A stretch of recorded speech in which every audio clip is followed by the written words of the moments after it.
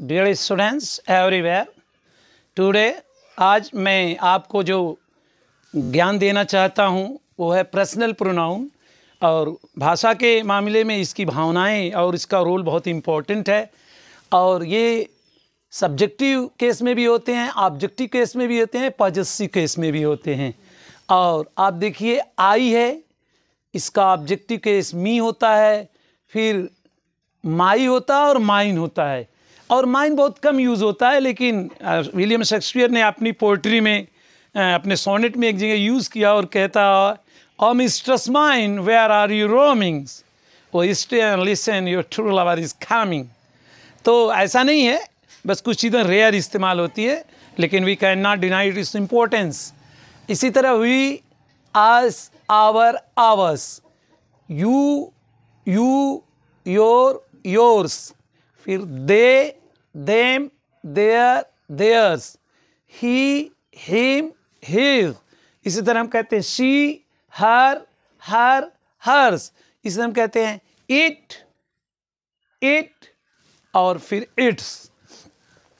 ये जो है जिसको हम सब्जेक्टिव को केस कहते हैं, यानी हम इसको एज ए सब्जेक्ट यूज़ कर सकते हैं, लेकिन ये ऑब्जेक्ट के रूप में इस्तेमाल होंगे सेंटेंस में। जैसे मैं कहूँ हम वो, हम डूइंग, हम playing, I am listening, I am creating poem, I am composing poetry, I am climbing tree. इसी तरह हम वी से कह सकते हैं we are boys, we are man, we are girl, we are animals, if you don't have mind of thinking, just like आप इससे बोल सकते हैं। लेकिन ये जितने बनते हैं ये ऑब्जेक्ट बनते हैं। जैसे मैं कहूँ यू हैव सीन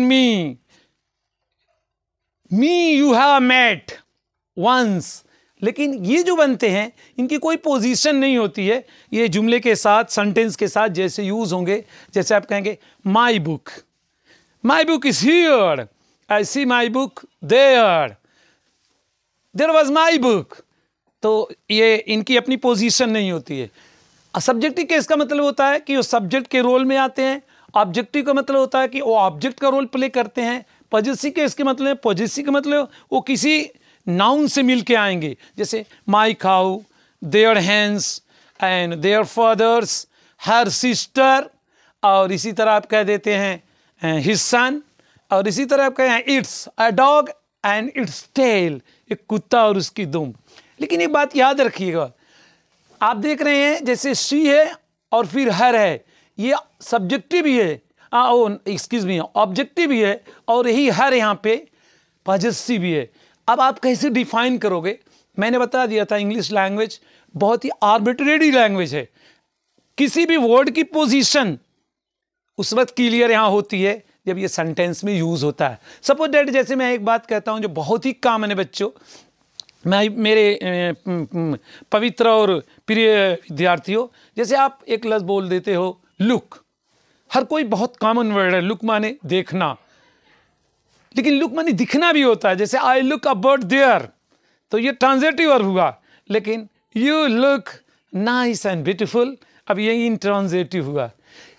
लेकिन सेम ये नाउन भी बन जाता है। जैसे मैं कह दूं the look of the girl is just like her mother, यानी बच्ची का जो चेहरा है उसकी माँ के जैसा है।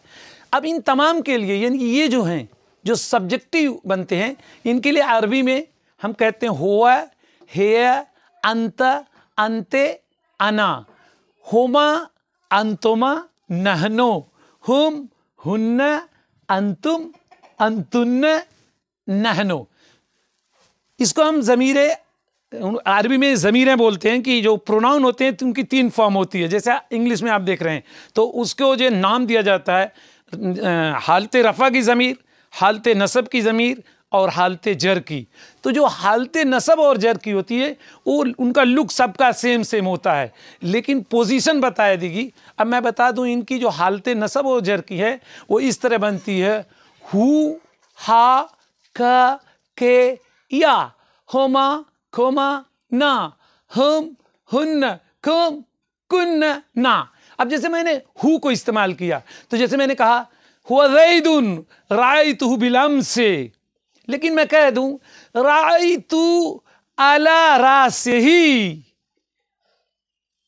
कलबन या दजाजतन अम दीकन। तो यहाँ पोजीशन समझ में आ गई कि अब ये हु मजरूर हो रहा है। तो just like this it is very important my dear students, I think you listen and subscribe my channels, and slowly you see that I will use everything when I start tense, and after that there are many things because I enhance your language. But one thing is very essential, you have to join me with each video and you have to have in your mind, and for it you have to labor and memorize and see my YouTube again and again, Master Shah Alam Azmi. Thank you so much.